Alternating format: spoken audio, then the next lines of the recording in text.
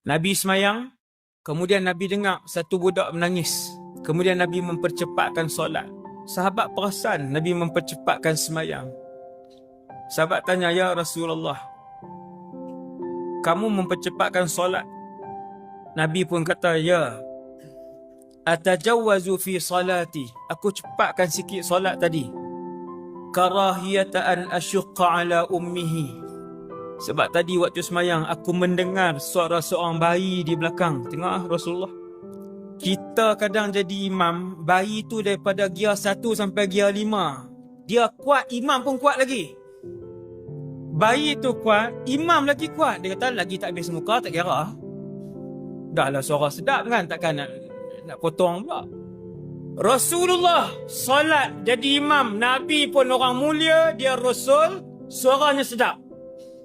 Atajawwazu fi salati karahata an asyuqqa ala ummihi. Nabi kata, aku kesian dekat ibu tu. Berapa masjid kita semayang, dengar bayi menangis, imam tak peduli. Dia baca.